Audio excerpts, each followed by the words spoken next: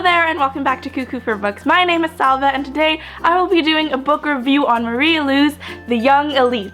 Woo woo! Short summary of the book. It's a high fantasy world. There was this disease called the blood fever that attacked everybody and a lot of people died from it, most of the adults. The kids who survived, some of them were scarred for life and the others who were scarred were also given special superpowers, and these kids who have those superpowers are called the Young Elites. And our story is about one of them. I have a lot of feelings about this book, a lot of mixed feelings. I know a lot of people are like super in love with the world. There are a lot of things I like about this book too. On the other hand, there are other things that I was also feeling a bit about. First, let's start with the things that I loved. This is not a hero story, it's a villain origin story, which I think is really creative and it's really unique. We need to see more of that, and I really like the fact that she is a villain for villains' purposes.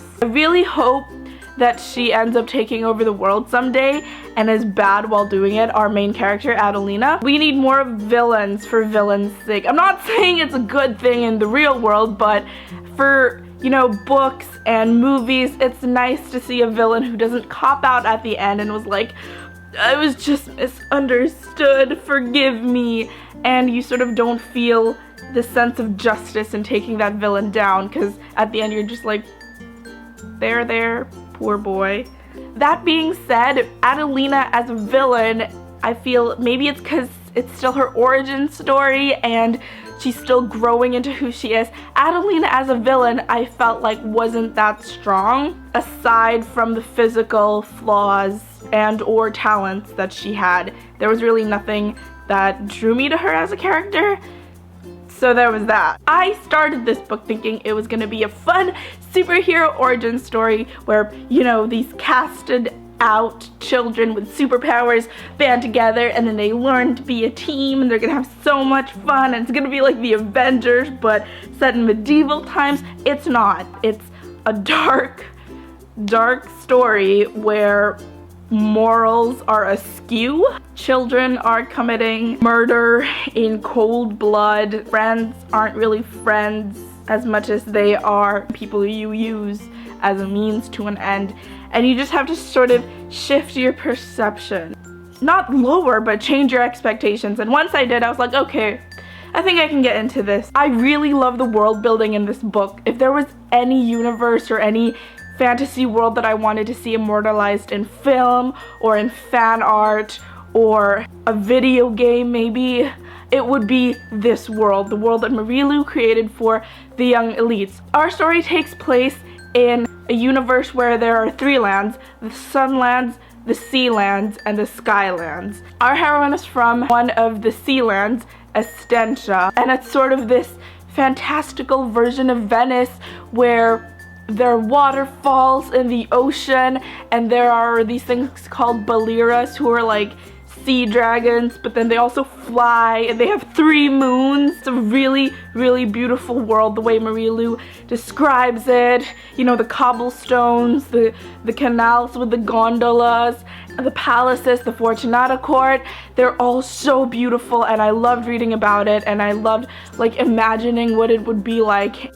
That prologue though at the very beginning where Adelina's at home and she's listening to her dad and all the things that happens, spoilers, was just film worthy. Like I could see how it would play out on the big screen. It was completely amazing. It was such a great way to start the story and get you interested. I love how everything was mapped out right at the beginning, like this happened, and then the blood fever, and then the Young Elites, and you're like, okay, I'm caught up, let's get into the story. One of my favorite characters in the books, or my favorite character in the book, was Raphael. I really loved the way he was characterized. And I know a lot of people are like, oh, Enzo's so hot, he's so handsome, but in my opinion, I will never find the name Enzo hot, or a character named Enzo hot. I know too many little kids, and too many friends who are named Enzo for it to ever be a hot name.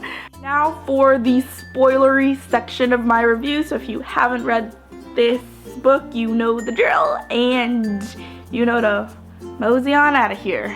this book averted so many tropes. I always thought when we first got introduced to the character of Lucerne, I thought she was this stodgy, like really mean big girl who's like, you know, the super defender of the group who's not gonna take to any newcomers very nicely. Instead, Lucerne was one of the first people to accept her. Instead, she had the gentle giant of the group, Dante, who was really mad at Adelina and for some reason just didn't like her at all. You know, in other series we have the gentle giant who's like the first to befriend the heroine, and in this case he was like, I hate you, I don't know why, but I hate you. And in the book we find out that Taran is actually Queen Giulietta's lover, adulterous lover. He's waiting on her hand and foot, he'd do anything for her, he's so obsessed with her.